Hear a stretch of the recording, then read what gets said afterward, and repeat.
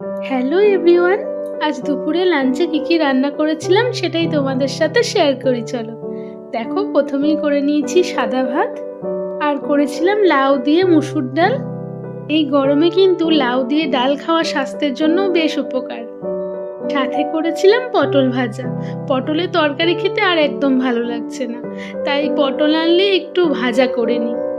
আর সাথে ছিল বড়ি আলু দিয়ে কুমড়োর তরকারি। কুমড়োর তরকারিতে একটু বড়ি দিলে খেতে কিন্তু ভীষণ ভালো হয়। আর একটু মাছ ভাজা করেছিলাম। দেখো মাছের কতটা ডিমও হয়েছে। আমি কিন্তু এর মধ্যে কোনো বেসন মেশাইনি, পুরো পিওর ডিমটাই আমি ভাজা করেছিলাম। এর টেস্ট কিন্তু অনেক বেশি।